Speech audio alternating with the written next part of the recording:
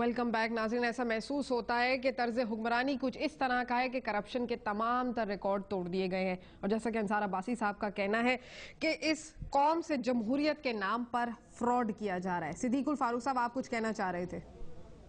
میں یہ عرض کر رہا تھا کہ اگر ہم نیگیٹو اپروچ لیں کہ جی پیپلز پارٹی کو سینٹ کے الیکشن نہیں کرانے دینے، پیپلز پارٹی کو بجٹ نہیں پیش کرنے دینا، یہ منفی اپروچ ہے. دیکھیے، میں عرض کروں گا کہ سندھ میں سے ذوالفقار علی بھٹو صاحب کو پھانسی دی گئی، بے نظیر کو قتل کیا گیا، ان کا ایک بیٹا قتل ہوا یہاں، اور اس کے بعد آصف زرداری صاحب کو بھی اٹھا کے، تو پھر ایک تو یہ شہید بن جائیں گے، دوسرا یہ سندھ کارڈ کھیلیں گے کہ دیکھا جی سندھ سے کوئی بندہ آ رہا ہے، یہ ایکسیپٹ ہی نہیں کرتے. ہم نے فیڈریشن کا اور صوبے کا اور سندھی بہن بھائیوں کا بھی خیال رکھنا تھا، رکھ رہے ہیں. دوسری بات یہ ہے کہ ہم نے انہیں ایکسپوز کرنا ہے کہ یہ بجائے شہید بننے کے یہ جو آپ کرپشن کی باتیں کر رہی ہیں، یہ کرپشن اور نااہلی کی وجہ سے جائیں، تاکہ یہ لوگوں کو پھر دھوکہ نہ دے سکیں دوبارہ کہ ہم جی شہید ہو گئے ہیں. ادارے بننے میں وقت لگتا ہے صوفیہ. قوموں کو یہاں 12 سال 13 سال یہاں رہی ہے، مارشل آرٹ آیا 8.5 سال رہا ہے، انہوں نے ادارے برباد کیے. موجودہ پیپلز پارٹی بھی NRO جیسے معاہدے کر کے پاور میں آئی ہے. اب انہوں نے کہیں کس جگہ معاہدے کیے ہیں، کہیں کس جگہ معاہدے کیے ہیں، یہاں ٹریلینز آف روپیز کا نقصان ہو رہا ہے. بلا شبہ اب جب تک ہم ان کو ووٹ آؤٹ نہیں کریں گے، ان کی نااہلی کو سامنے نہیں رکھیں گے، ان کو شہید بننے دیں گے، یہ پھر آ جائیں گے دوبارہ. تو میں یہ عرض کروں گا کہ الیکشن صاف شفاف ہوں، ان کی نااہلی سامنے آ جائے تو پھر ٹھیک ہے، پھر یہ نہیں الیکٹ ہوں گے. ایک چھوٹی سی بات صرف یہ کرنا چاہوں گا. دیکھیں، یہ جو ہمیں یہ سکھایا جاتا ہے نا کہ ایولیوشنری پروسیس 500 سال لگیں گے ہمیں صرف یہ بات سیکھنے کے لیے کہ کرپشن میں نے نہیں کرنی. پولیٹیکل جو رولرز ہیں، ہم نے اپنی جیبیں نہیں بھرنی، ہم نے لوگوں کے لیے کچھ کرنا ہے، اس کو 500 سال لگیں گے. یہ ہمیں سبق پڑھایا جا رہا ہے. دوسری بات دیکھیں، ایز اگینسٹ پاکستان بنگلہ دیش کو دیکھیں، وہاں پہ زیادہ حالات خراب تھے.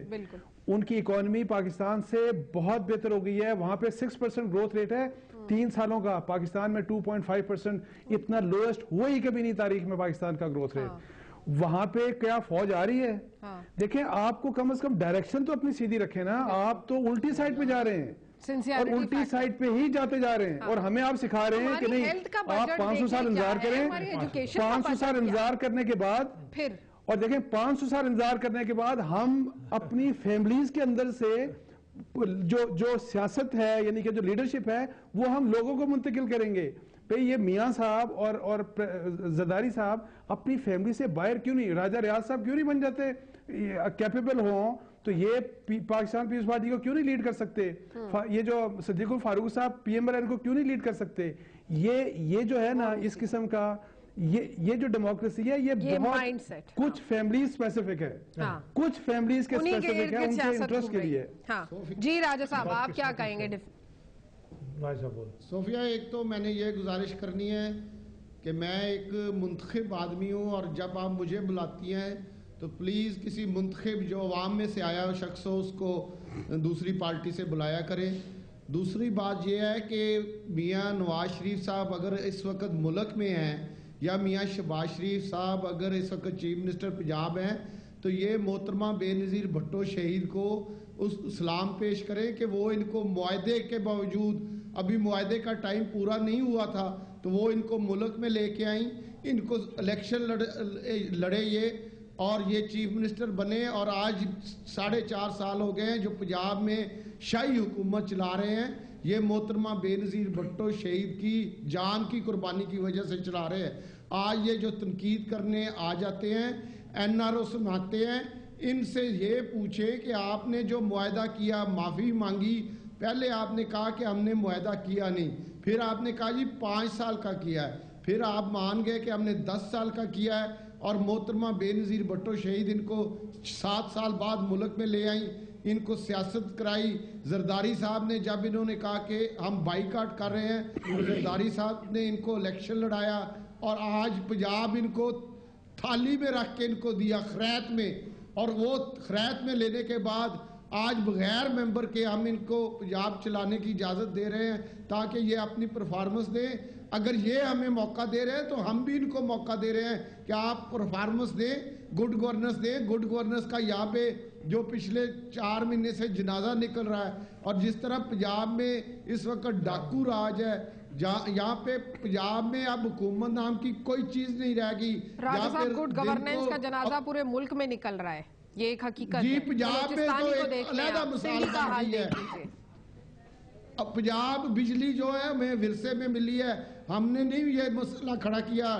ڈیم اگر 1 سال 2 سال میں نہیں بنتے، آپ نے ڈیم نہیں رینٹل پاور کو سپورٹ کیا ہے. آپ مشرف سے پوچھیں، مشرف کے زمانے میں تو آپ لوگ خاموش رہتے ہیں. آج میرے بھائی انصار صاحب بڑی باتیں کر رہے ہیں. مشرف کے دور میں تو میں نے کبھی اس طرح باتیں کرتے نہیں دیکھا. نہیں کیا بات کر رہے ہیں، آدمی کوئی نہیں. انہوں نے آج مشرف یہ کے تنقید خلاف کرنے اٹھاتے ہیں. ایسے کالم، ایسی سٹوریز دی ہیں کہ یہی پتہ چلتا تھا کہیں انہیں اٹھا نہ دیا جائے. اور سنیے گا پاکستان پیپلز پارٹی لکھ کے میری تعریفیں کرتی رہی ہے، آرٹیکل چھپتے رہے میری تعریف کے اوپر کہ جی آپ کا یہ سٹانس کرپشن کے اوپر جو میں نے لکھا. راجہ صاحب تھوڑا سا کم راجہ صاحب کا بھی کوئی حال نہیں، پڑھ لیں آپ سے پتہ لگ جائے گا. راجہ صاحب پڑھیا کرو تھوڑا. آپ لوگوں نے آج جس طرح آواز اٹھا رہے ہیں، مشرف کے دور میں میڈیا نے اس طرح آواز اٹھائی تھی. ہاں میڈیا تو خراب تھا اس زمانے میں، بالکل صحیح کہہ رہے ہیں، آج بھی خراب ہے، اس زمانے میں آپ صرف میڈیا پر پابندی لگائی. میڈیا کے اینکرز نے سڑکوں پر جا کر اپنے پروگرام پیش کرنے شروع کیے. اس طرح تو نہ کریں نا راجہ صاحب. آپ تو آنو ککھ پتا نہیں ہے، مان ڈالے ایویں تسی آ جاندے ہو، ایویں آ جاندے ہو پیپلز پارٹی دی نمائندگی واسطے تے کہندے ہو میں منتخب نمائندہ ہاں. خدا دے واسطے کو پڑھ لکھ کے آیا کرو. تسی بھی پڑھ لکھ کے آیا کرو، عوام چوں جت کے آیا کرو. میں جڑی گل کہی ہے کبھی کوئی غلط گل نہیں کہی. میں 3 دفعہ بن چکا ہوں اپنے حلقے سے. آپ آج تک کونسلر نہیں بنے اور باتیں مجھے بتاتے ہیں. آپ فکر نہ کریں، آپ فکر نہ کریں، آپ کا یہ گلہ بھی اللہ تعالیٰ دور کر دے گا. آپ فکر نہ کریں، انشاءاللہ آپ جہاں الیکشن لڑیں گے میں وہاں آ کے الیکشن لڑوں گا. اچھا چلیں یہ بحث چھوڑ دیں. اچھا مجھے راجہ صاحب یہ بتائیں کہ ابھی احمد مختار صاحب نے یہ کہا ہے کہ جی کل سے لوڈ شیڈنگ نہیں ہوگی. یہ کیسے ہو گیا؟ مطلب پوری عوام 4 سال سے رو پٹ رہی ہے، مر گئے. باتیں سرکولر ڈیٹ کی سامنے آتی ہیں، تیل کی بات سامنے آتی ہے، کیپیسٹی میں آپ کو ایک انفارمیشن دے دوں.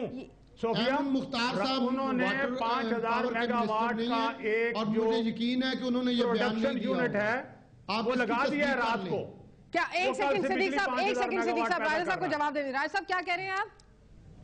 میں کہہ رہا ہوں چودھری احمد مختار صاحب واٹر اینڈ پاور کے منسٹر نہیں ہیں، انہوں نے یقیناً یہ بیان نہیں دیا ہوگا. آپ اس کی تصدیق کر لیں. اچھا یہ تصدیق کر لیں. چلیں جی صدیق صدیق صاحب. جی میں یہ عرض کر رہا ہوں کہ انہوں نے شاید راتوں رات کو یہ لگا دیا ہے جی بڑا جنریٹر جو 5000 میگا واٹ بجلی پیدا کر رہا ہے. ہاں صبح سے لوڈ شیڈنگ ختم نہیں، لیکن کچھ بات سمجھ نوید قمر صاحب سے آپ رابطہ کریں. اس بارے میں اگر کوئی پراپر جواب دینے والے ہیں تو وہ نوید قمر صاحب ہیں. آپ ان سے اب آپ لوگ، آپ کی پارٹی یہ کہے گی کہ وہ یہ بات انہوں نے اپنی ذاتی حیثیت میں کی ہوگی کیونکہ آپ کے کافی سارے جو لیڈران ہیں وہ کچھ سٹیٹمنٹ دے دیتے ہیں اور پھر آپ لوگ کہتے ہیں وہ ذاتی حیثیت میں دیے ہوں گے.